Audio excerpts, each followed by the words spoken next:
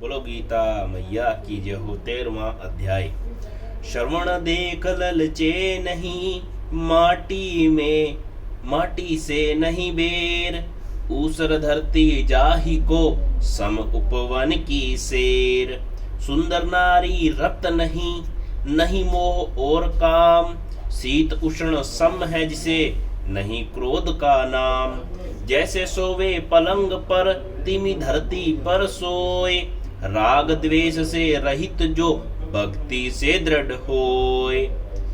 हे अर्जुन उस जीव को जानो ब्रह्म का ज्ञान, अति प्यारा है जन मुझे अर्जुन निश्चय जान। बोलो गीता मैया की जय।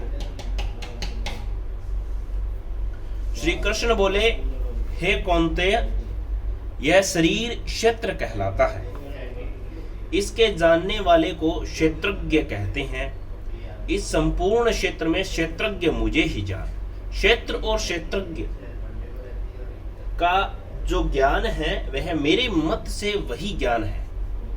यह क्षेत्र कैसे रूप का है, उसमें कौन कौन विकार होते हैं, उसकी उत्पत्ति किस प्रकार से हुई तथा क्षेत्रज्ञ का क्या प्रभाव है, इत्यादि बातों को संक्षेप में कहता हूं, सुनो।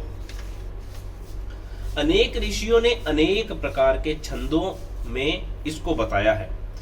वेदों ने पृथक पृथक वर्णन किया है तथा हित वाले ब्रह्म सूत्र में पदों में भी ये ज्ञान निश्चय किया गया है। पंच महाभूत, अहंकार, बुद्धि, अव्यक्त प्रकृति, दशों इंद्रियां, मन तथा पांचों इंद्रियों के विषय तथा इच्छा, द्वेष, सुख, दुख, संघात, चेतना, धृति, इसके समूह हैं। संक्षेप में क्षेत्र क्षेत्रज्ञ के यही विकार हैं।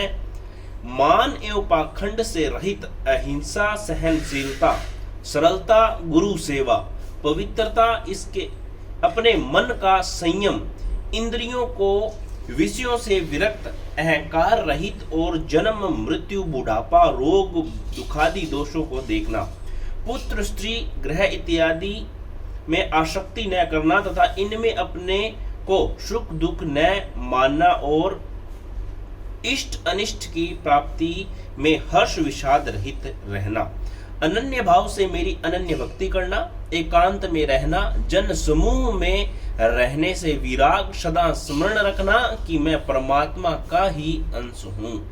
ज्ञान प्राप्ति के उद्देश्य से मोक्ष को सबसे श्रेष्ठ मानना, इसे ही ज्ञान कहते हैं। अब ज्ञेय का स्वरूप वर्णन करते हैं, जिसको जानकर मनुष्य मोक्ष को प्राप्त होता है। वह आदि रहित, बड़ों से बड़ा, अकथनीय होने से न सत्य ही कहा जाता है और न असत्य ही कहा जाता है। सब और उसके हाथ और चरण हैं, सब और नेत्र, सिर और मुख हैं, सब जगत में सबको घेरे हुए स्थित हैं। वह सब इंद्रियों के गुणों का प्रकाश है, पर उनके कोई इंद्रियां नहीं है। जिसको किसी से आसक्ति नहीं है, पर जो सबका आधार है, जो संयम निर्गुण होने पर भी गुणों को भोगता है, जो भूतों के बाहर भीतर है, जो भी चर और अचर है, जो अत्यंत सूक्ष्म होने के कारण जाना नहीं जाता, जो दूर भी है और निकट भी है, जिसके विभाग नहीं होने पर भी जो भिन्न भिन्न भूतों में समान विभक्त रहता है, समस्त भक्तों का पालन नाश उत्पन्न करने वाला वही ज्ञेय है। वही अंधकार से परे ज्योतिष्मान पदार्थों को ज्योति देता है। जहाँ ज्ञान जानने योग्य पदार्थ ज्ञान द्वारा जानने योग्य सबके हृदय में वास करता है। इस प्रकार क्षेत्र, ज्ञान और ज्ञेय, इनको संक्षेप में कहा। इसे जानकर मेरा भक्त मेरे पद के योग्य होता है। प्रकृति और पुरुष दोनों ही अनादि है। विकारों और गुणों की उत्पत्ति प्रकृति से हुई है। विकारों और गुणों की उत्पत्ति प्रकृति से हुई है। कार्य तथा कारण को प्रकृति उत्पन्न करती है।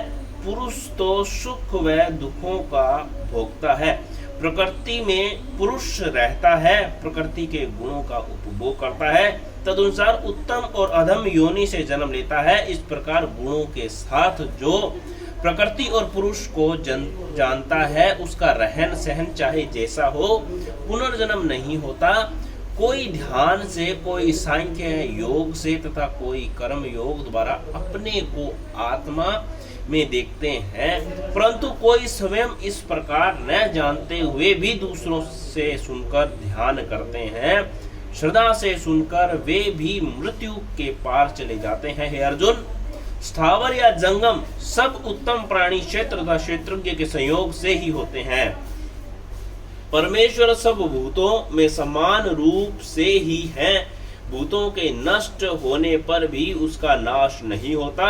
सब में समान रूप से स्थित परमेश्वर को देखता हुआ जो आप ही आत्मा का नाश नहीं करता, वह उत्तम गति प्राप्त करता है। जो यह देखता है कि वह भिन्न भिन्न भूतों को परमेश्वर के बीच एक रूप देखता है और उसी से उसका विस्तार है, तब वह ब्रह्म को प्राप्त होता है। हे भारत, जैसे एक ही सूर्य समस्त लोक को प्रकाशित करता है, वैसे ही क्षेत्रज्ञ समस्त क्षेत्र को प्रकाशित करता है। जो लोग ज्ञान दृष्टि से क्षेत्रज्ञ के भेद तथा भूतों की प्रकृति देखकर मोक्ष का उपाय जान लेते हैं, वे परम पद को पा लेते हैं। बोलो गीता मैया की जय। भूल चूक गलती माफ करो दीन।